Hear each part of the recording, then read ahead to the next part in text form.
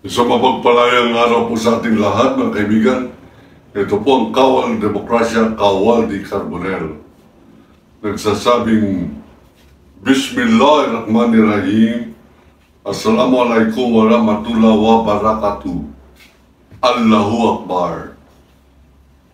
Ang ating pong papaksayin ngayon, mga kaibigan, ay yung pong pagkademonyo ng dati pong Pangulo ng Republika ng Pilipinas ng pangalan Rodrigo Roa Digongong Duterte.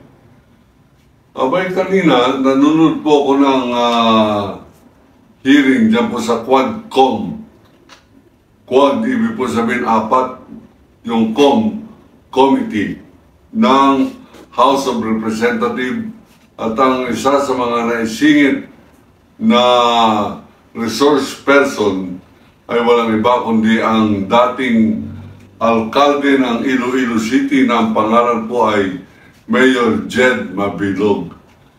Dito sa hearing na ito, isinalaysay ni Jed Mabilog ang kanya pong naging karanasan sa ilalim ng Reign of Terror ni Duterte. Ang reign ay para pong isang termino o regime o panguluhan ng terorismo, Reign of Terror. Panguluhan ng terorismo ng terrorist number 1 sa bating bansa ay walang iba kundi ang Pangulo ng Republika ng Pilipinas. Therefore, he was all too powerful. He wielded the reign of terror over all the Filipinos living in the Philippines and even outside the Philippines.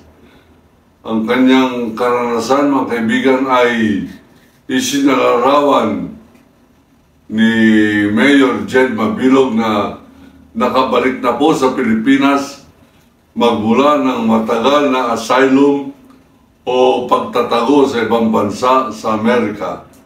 Alam po ninyo, ang Amerika ay malalim po yan magsaliksik at nasaliksik niya ang katauhan ni Jed Mabilog bago po ito mabigyan ng asylum. Ano po yung asylum?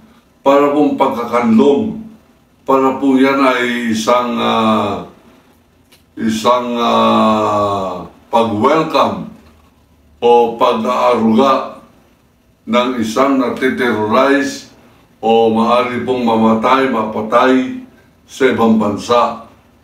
At yan po ang ibinigay kay Mayor Jed Mabilog ng bansang Amerika ng Pangulo ay si Barack Obama na minura-mura ni Rodrigo Roa Duterte sa kanyang katungkulan bilang Pangulo ng Republika ng Pilipinas. Alam po niyo, sa pagmumura at sa terorismo ay masyado po naging notorious o masyado naging kakilakilabot itong si Rodrigo Roa Duterte. Ganun pa man, atin pong binibigyan ng komentaryo ang pagkaka-featured o pagkakaroon ng pagkakataon itong si Mayor Jed Mabilog na ilahad sa Kongreso, sa harap ng mga representante ng iba't ibang mga probinsya sa buong Pilipinas, ang kanyang karanasan bilang isang duly elected public official ng bansa na pinapabilang sa inanunsyo ni Rodrigo Duterte na narco-politician o mga politiko di umano na sangkot sa droga at kanyang pinapapatay. Isiningit pa ni Jed Mabilog ang isang audiovisual speech ni Duterte nagsasabing sa maliwanag na pananalita, Mayor Mabilog, you will be next. Abay, death sentence po yan pagka si Duterte nagsabi po yan. Pag sinabi niya na ikaw na ang susunod, abay, makatotohanan po yan sapagkat sunod-sunod ang kanya pong pinapapatay na mga mayor na nasa listahan po.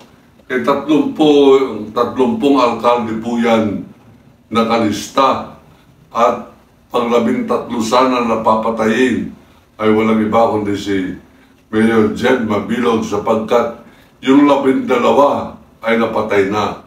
Sa 12 na yan, kabilang po yung Mayor Espinosa na pangalanan na di umano ay sangkot sa droga. Ang ginawa po nitong si Mayor Espinosa, abay sumuko, nag-surrender po sa PNP sa ilalim ni General Ronald Bato de la Rosa. Siya po ay pinauwi sa Albuera, Leyte. Sinampahan ng kaso at siya po ay nakulong. Hindi pa po nasisintensyahan. Siya po ay ikinulong sapagkat ang salang pagtutulak ng droga ay wala pong bail. Hindi pwede magpiyansa. At habang siya po ay nakakulong, siya po ay nilusob ng mga pulis at di umano nakipagbarilan siya sa loob ng prisuhan laban sa mga pulisya na siyang ikanyang ikinamatay. Itong si Mayor Espinosa sa Albuera, Leyte. Noong nakaraang linggo, aking pong i-finiture yan ng Papiaw at akin po ang pagkakamali na akin pong pinangalanan ang isang pulis colonel na pangalan po ay Espinido. Ang dapat na pinangalanan ko ay Lieutenant Colonel Marcos, Marvin Marcos. Yan po ang nanguna doon po sa naatasan na pumatay dito kay Espinosa. May apologies, ako po nagkamali sa kadahilan na alam po naman ninyo tayo ay wala po tayong computer sa ating harapan, wala po tayong script, at wala po tayong direktor. Tayo po ay nagbibigay ng komentaryo, hindi po lang balita, kundi komentaryo. Ano pong pagkakaiba ng balita? Ang pagkakaiba ng balita o nagbibigay ng balita, nandiyan po yung 5W, saan nangyari, kanino nangyari, kailan nangyari, paano nangyari, sino ang pinangyarihan. Yung pong 5 W's ng journalism. What, when, where, who, at may dagdag po sa huli, how. Ayan po ang journalism, yan po ang pagbabalita. Ano po yung komentaryo? Nagbibigay po yan ng emosyon, ng galit o pagkalungkot sa mga pangyayari. At tayo po ay nagbibigay po ng ating pong emosyon na kadalasan po ay galit. Sapagkat nakakagigil ito nangyayari sa bansa.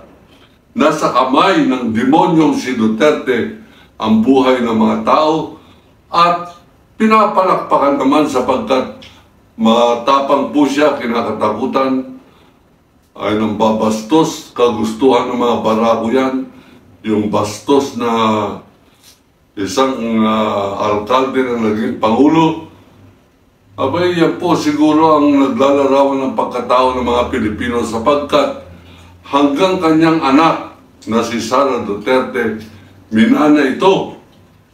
At pinakita nga po kung paano niya suntok-suntukin ang isang sheriff na kanya lamang ginawa ay pagpapatupad ng kautusan ng isang judge o isang korte tungkol po sa mga illegal settlers o mga squatters.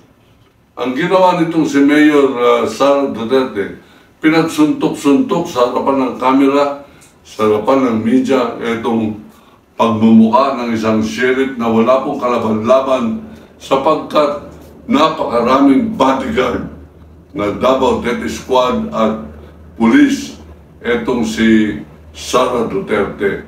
Mga siga-siga po yan. Ang ating pong pinapaksa ngayon dito ay ang pagkaroon ng peke na hindi makatotohanan o hungkag na gyera kontra droga ang pamilya Duterte. Ang katunayan, ang mga Duterte ang isa sa pinakamalaking drug lords dito po sa Asia. Ang kanyang anak na si Congressman Paulo Duterte ay regular member ng Triad sapagkat bukod kay Senator Trillanes na nagsabing meron tato si Paulo Duterte sa kanyang likuran ng dragon na nagbabadya na siya ay regular high-ranking member ng Triad. Abay, hindi niya po pinakita yung kanyang tato. Sinabi ni Trillanes na kinakailangan magpatunayan na siya ay nagsisinungaling. Si Trillanes sa pamamagitan ng pagpunta nila sa isang kwarto, CR, at ipakita niya sa Sergeant at Arms ang kanyang likuran. Abay, hindi niya po ginawa yan. Kaya po ako naniniwalang totoo ang sinabi ni Trillanes at ang ginawa ko po ay nagsaliksik ako sa aking mga kaibigan sa international media na aking po nakasama bilang war correspondent sa Iraq.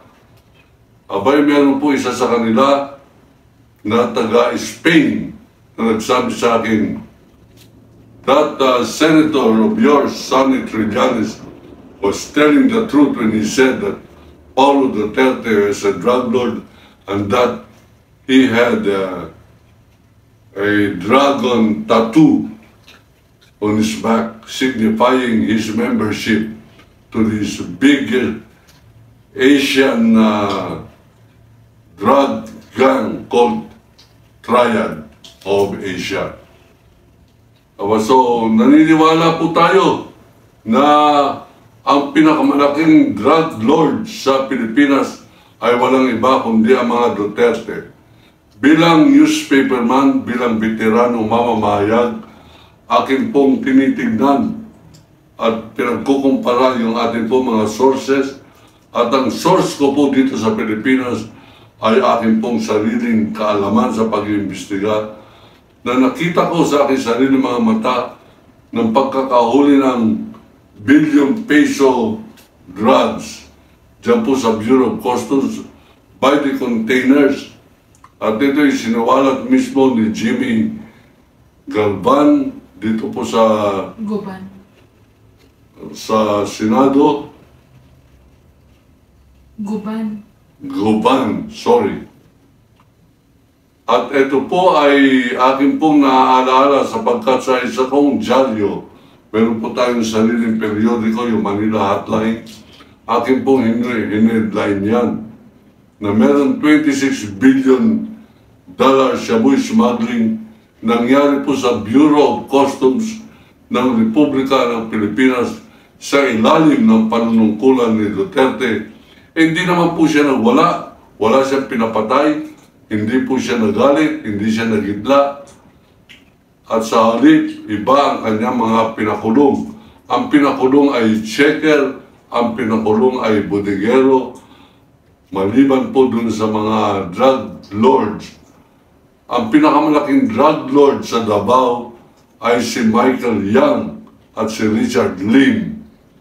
Ngunit itong dalawang ito ay napakalapit kay Duterte at yung isang partner ni Richard Lim na pangalan ay Michael Yang, ginawa pang miyembro ng cabinet, mga kaibigan.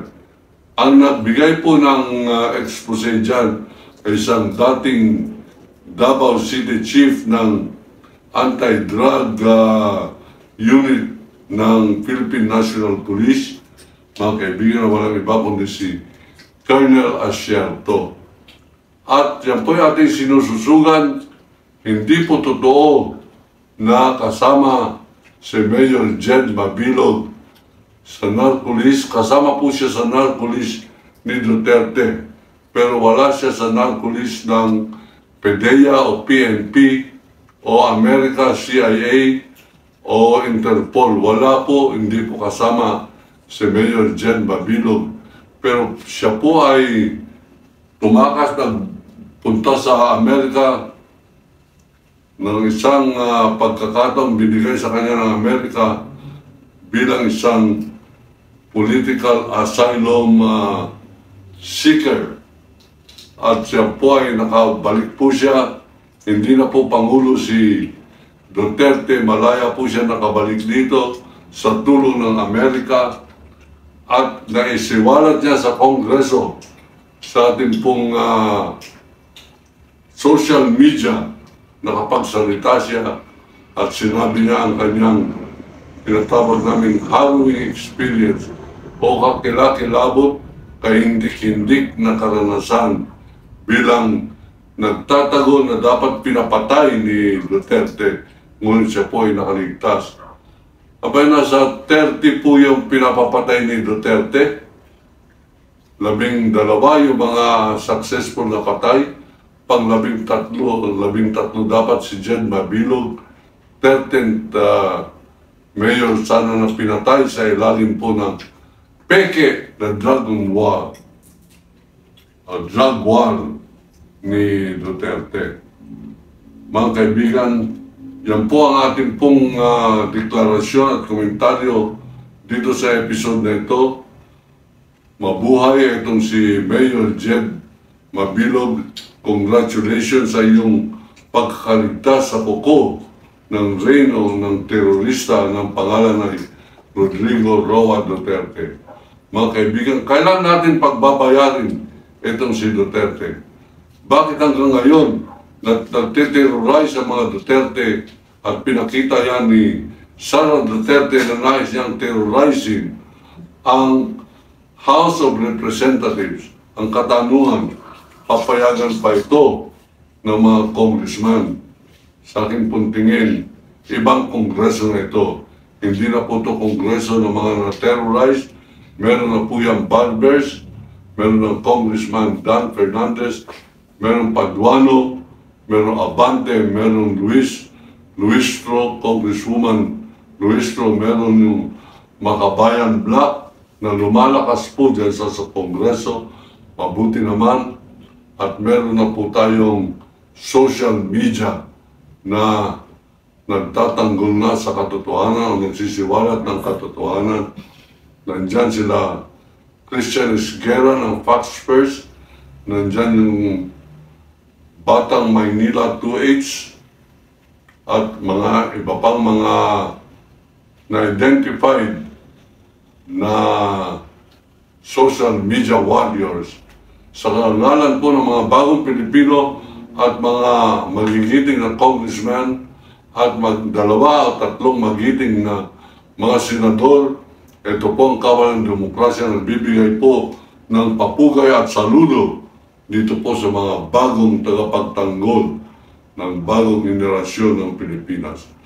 Ako po si Kawaldi Carbonell, nagsasabing isa ako sa mga nagagalit. Hindi po ako nagkukunwari. Galit ako sa reign of terror ni Rodrigo Roa Duwag, traidor Duterte at ang kanyang spoiled brat na anak na nagtiterrorize sa Kongreso. Ang pangalan ay Sara Duterte. Mga kaibigan, ito po ang ating pong simbolo o kasagutan sa mga Duterte. Dapat mawala na kayo sa mundong ito. Ako, ang kawal ng demokrasya, nagsasabing iniibig ko ang Pilipinas. Allahu Akbar.